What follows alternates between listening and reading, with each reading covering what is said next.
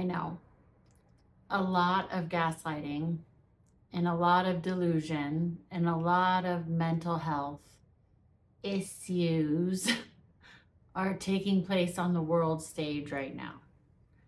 And it's affecting a lot of healthy people.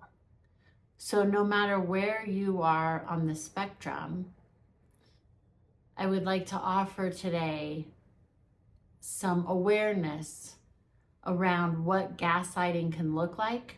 What are some common gaslighting phrases so that you can detect it? Because like I said, maybe you're one of the healthy ones and you're starting to dissociate because you've been gaslit so much. And this can happen from loved ones, from parents. You know, often people target this to happen from romantic relationships, which it can, but it starts in childhood. A lot of times the reason why, if you have dated a lot of narcissists or any narcissist, a lot of times it's because you were raised by a narcissist in some capacity, or maybe you were raised by an empath who took mistreatment from a narcissist in the workplace, or you know, it was your mom or dad or something like that. So in this video, we're going to detect some phrases, some common gaslighting phrases, and also how to respond to it.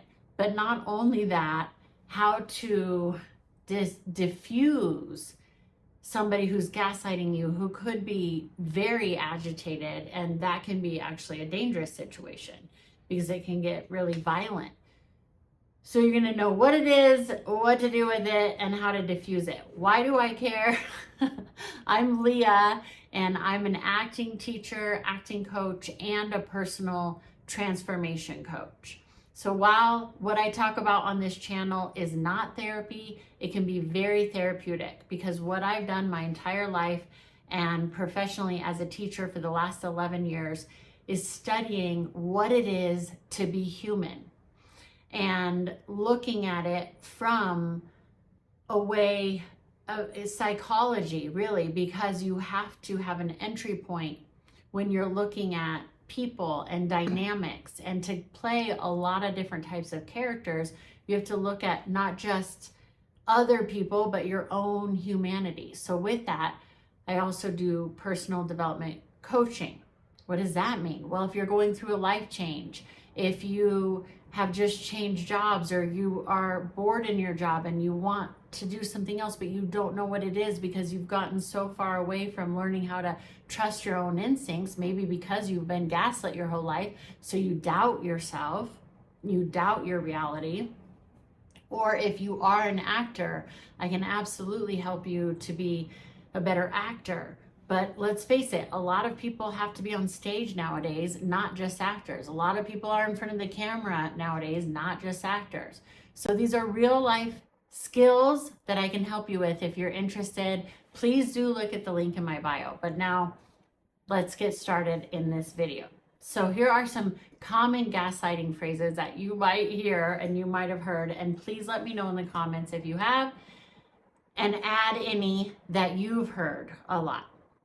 So the number one thing, well, these aren't in any particular order, but the first thing I'm going to say that is said often is, "You're too sensitive." So a common gaslighting tactic here, and you might have heard, and please let me know in the comments if you have, and add any that you've heard a lot. So the number one thing, well, these aren't in any particular order, but the first thing I'm going to say that is said often is, "You're too sensitive." So a common gaslighting tactic is to make you doubt your own sensibilities. A very easy way to do that is to say you're too sensitive. If you're starting to put pieces together and notice a pattern of gaslighting, if you call it out at all, they'll say that you're too sensitive, or you're overthinking, or you're reading too much into it. If it's on a side of an argument that they don't agree with, or because they have an agenda. They always have an agenda, right? Somebody who's gaslighting you. So if you bring up a point of something that they don't agree with, they could call you a conspiracy theorist just for thinking, for stating facts. This is happening on the world stage right now at large, right? Many extremists right now are running the show. And that's why some healthy people that are in the middle can get stuck in the middle, because you're like, I don't believe that extreme or that extreme, and you're looking at the facts. So we're going to get to that in a moment on, again, how to respond and how to diffuse somebody who is maybe really, really aggravated in their gaslighting, especially if you call them out on it. So you got to be really careful. I've just taken some notes up here. So if you're like, what is she looking at? That's what it is. Another common phrase or tactic that a gaslighter might do is they will create a problem and then they try to come in like they're the hero of fixing that problem, but they never apologize for what happened. For instance, if somebody gaslights you and say you've been in an email exchange and you call them out on something. I'll give you an example of something that happened to me in numerous different times. So that you can start seeing a pattern with people who do this. So it doesn't, I'm not necessarily calling out one person. This is accumulation of different experiences, and I'm going to make it into one for the intents and purposes of this. Okay. So somebody had emailed me a specific day and time for something.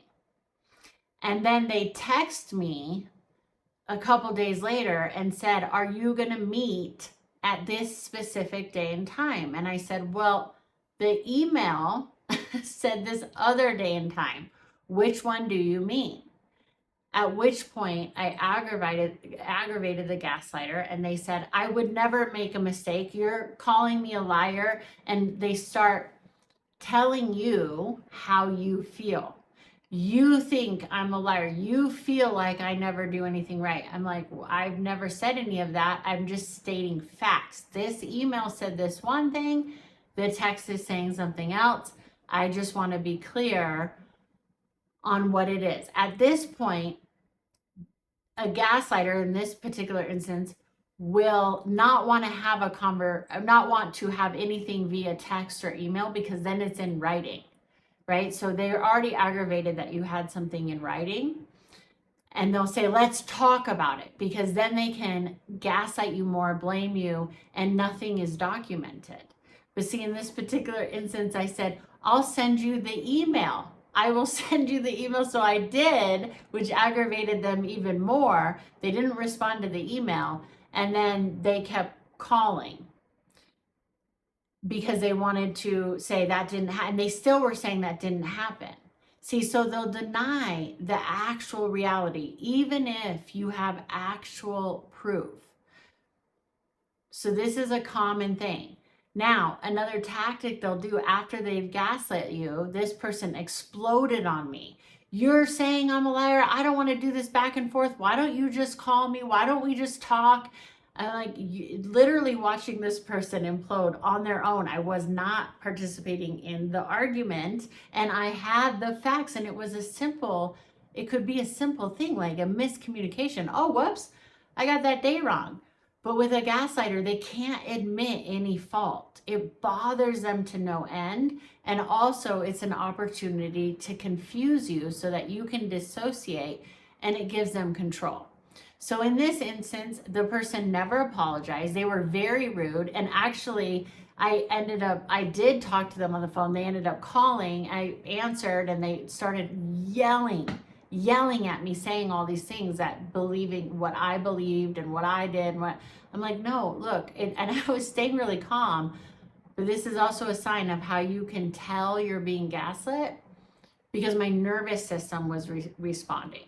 I started getting like sweaty cold, like you're freezing, but you're sweaty. My heart started racing really fast. I felt really hot, like you're being attacked, because you are. And why does it hurt so bad? Because it is abuse. Okay, so that never feels good, right? So in any case, this person ended up hanging up on me and said, we're done here, hung up. And I'm like, wow, that was weird because I had all the facts, but that really bothered this person. So then a month passed, we hadn't talked, and I get a gift in the mail.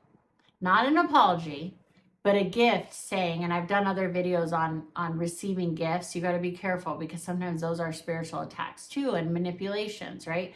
So then I receive a gift in the mail, and it's like, I can imagine how sad you are. I'm like, I think that you just could use a hug. I'm like, what? See, they project. So that's another way gaslighters project. So now they do a lot of different things at once. So this person created a problem, created a misunderstanding that really it could have just been cleaned up in about 30 seconds of, oh, whoops, wrong date, not a big deal at all. But instead then tried to act like they're coming in on a white horse and making me feel better, projecting that I was feeling bad anyway. Because yeah, a month ago, I didn't like that situation. I was feeling bad because nobody likes to be gaslit. But then a month later, coming in and projecting that they would know how I feel on any given day when we haven't even talked. So that's the other thing. They always think that they're in charge of your emotions because that's what they want to be. So if you're upset, it has to be on their time. If you're happy, it's because of them. If you're happy, it's because they gave you something. If you're sad, right? They want control. That's what a gaslighter does. So they make you doubt your own reality because then you might go, well, was I not nice? Now I need to be grateful. Now I need to be grateful. And that's how you can sign up for more gaslighting, because now it's like, oh, I should be so grateful to get that kind of treatment. And that's how they can confuse you. I had to take off that little clip. I know you care. I just felt like holding the mic today. Okay, moving right along. Why does an acting teacher even know about all this stuff? First of all, it's because as an acting teacher, as a director, as an actor, you're dealing with heightened life circumstances and then acting them out as if it's really happening. So the average actor who's doing it a lot, or director or teacher as myself, I'm working with a lot of different scenes dealing with the most heightened situations of life circumstances oftentimes that you would never even be in a lifetime, times 10, right? Because no play, movie, television show is written about two people did nothing, they had a sandwich at the end. Think about every movie, play, television show you've seen, it has heightened circumstances. So as a director, as an acting teacher, I deal with a lot of heightened circumstances. So it gives you a peek into human nature quite a bit. And then in reflecting back and directing human nature, it's only natural to start to look at the psychology of humanity. Another thing that you might notice when you're being gaslit is they're going to make declarations over your life. They're going to determine how you're going to be for the rest of your life, how something's going to be for the rest of your life. You're always going to have this type of relationship, or you're always going to be single if you get divorced from somebody, or you're always going to be a gigolo, or you're always going to, whatever it is, they declare over your life what they think is going to happen. Then they also may declare over your children's life. Your kids are going to be like this. Whatever it is, they're going to resent you, whatever it is. Because they want you to start depending on them for approval. That's how gaslighting works. The whole reason somebody gaslights you is so they can get control. So you begin to doubt your reality. So that in those moments of doubt, you start going, wait, maybe they're right. If you start seeing a confirmation bias, then you start looking for those things. And especially when you're interested in self-improvement. If somebody who gaslights can target somebody interested in self-improvement easily, because you are going to take responsibility. That works very well for somebody gaslighting you, because then you can dissociate in just efforts to be a good person and just efforts to have personal transformation. And that's why so many cults work. That's why so many people do get into a cult mentality, because they've dissociated from what is real and what is not real. And that's why often it's really dangerous what you're fueling your mind with all day long. Sometimes you have to catch yourself, because you can begin to gaslight yourself, right? If you watch a news story, but then you watch 500 takes on the same news story, you're programming your own mind. So instead, maybe get 3 different sources to see the facts, because nowadays journalism doesn't exist, unfortunately, and it's really hard to find just the basic facts, because everybody's putting in their opinion and being gaslit from some way or another because of an agenda. It used to be that you had to just state the facts in journalism, and then the people could decide. But nowadays, we're being gaslit on a mass scale. All the news outlets essentially are saying what an agenda is, what an opinion is. They're not stating facts. And this is coming from somebody with a journalism degree. I remember my journalism teacher said that it was changing. This is 24 years ago, right? Because in the ancient dinosaur days, she said it was going to be changing. And that's why she left the news, because she said it's all opinion based in moving forward. And it's scary.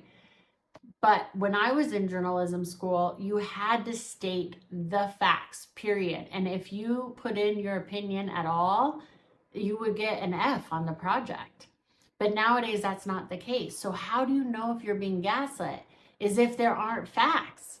If they're saying, statements about one person or the other that is declaring things over that person. If they're trying to defame that person and their family or whatever it is, instead of just staying with the facts. The facts should hold enough. That's all you need. So how do you respond to a gaslighter? What do you do? Because if you really get in there and work off of them, you can easily dissociate. You can easily have reactive abuse. And then it's just a downward spiral from there. If you want to play with that energy in a healthy way, do an acting class, because then you can be really reactive. But in life, it's very dangerous to do so, because it can blow up your life in many ways, right? It can be disastrous on your finances, on your personal life. You could essentially have a situation where all of your parental rights goes over to the gaslighter if you're not careful. So this is how you can respond to somebody who is gaslighting you. First, stay with the facts. Always stay with the facts.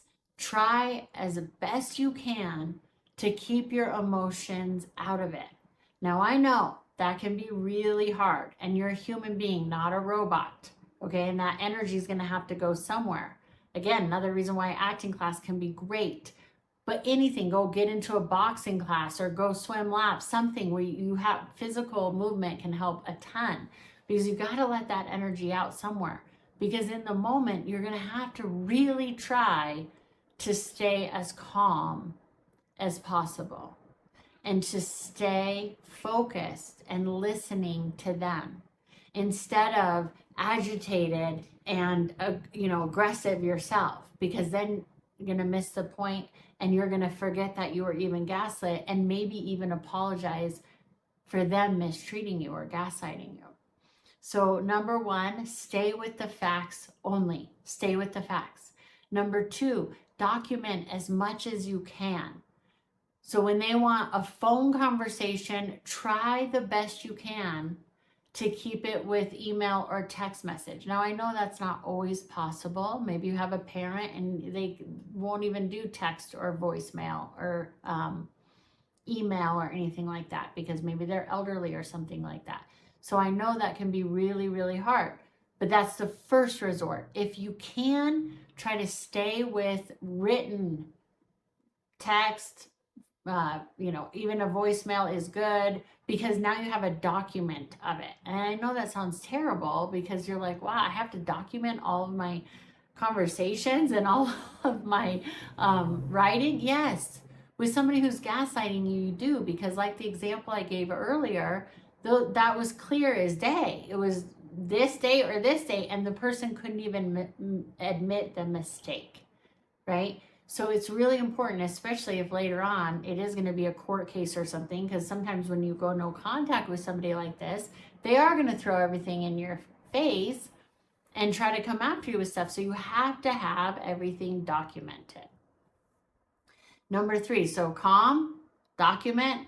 Then number 3, you can repeat back to them. This is another thing that I do in my acting classes. In the Meisner technique, there's something called repetition. And it's very simple. You can repeat back to them what they say to you. So this is a way that they can feel heard, because they are being heard. It's a way that you can practice active listening, because you have to listen to what they're saying in order to repeat. You are able to connect with them, because just by listening to somebody and repeating back, by nature, you're connecting with them, which calms down your nervous system and theirs.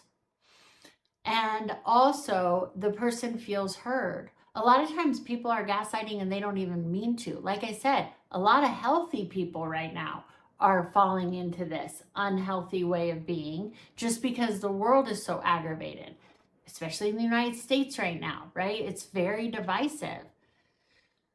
So just to repeat, so that the person feels heard, and you're not acting it, you're not faking it, because you actually are listening and responding. And also you're connecting now, and you don't have to agree. You don't have to agree, but you're already connecting. See, a lot of times people think to connect, to be present with somebody, you have to agree with them, but you don't.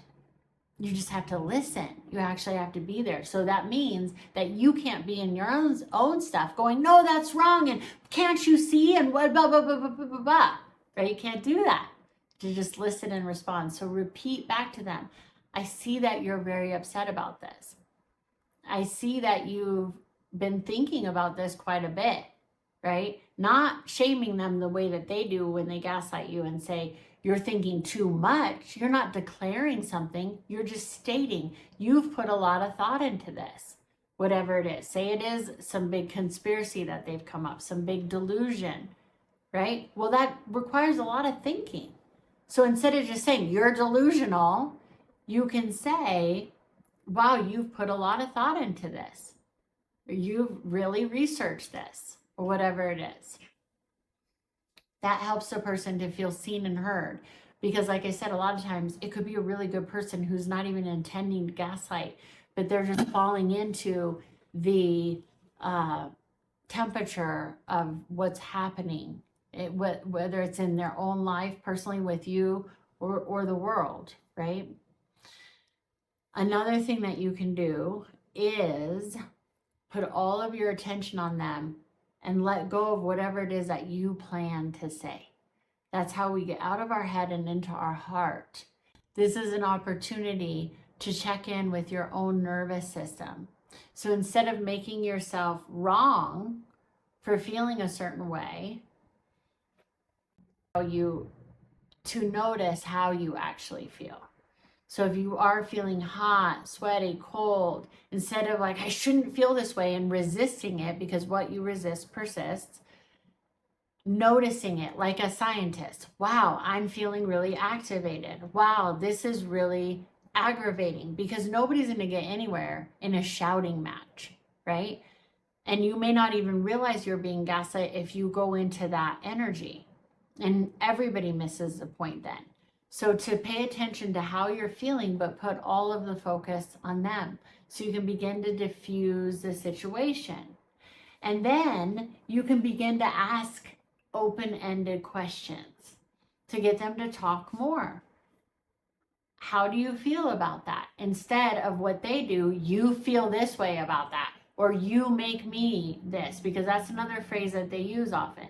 Not only do they want to be in charge of your feelings, they'll blame you for theirs. You don't make me happy.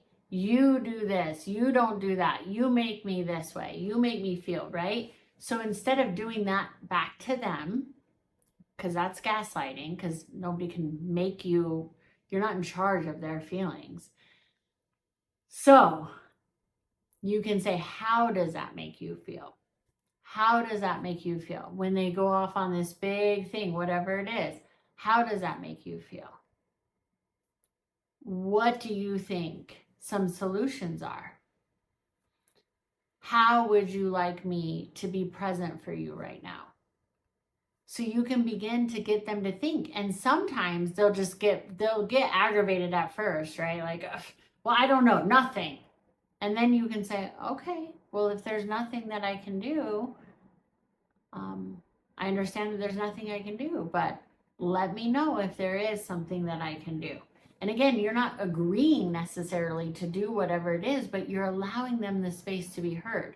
Which, if they're not a narcissist and intending to do this, it could actually diffuse the situation to a point where you guys come back to a meeting of the minds again, a meeting of the hearts.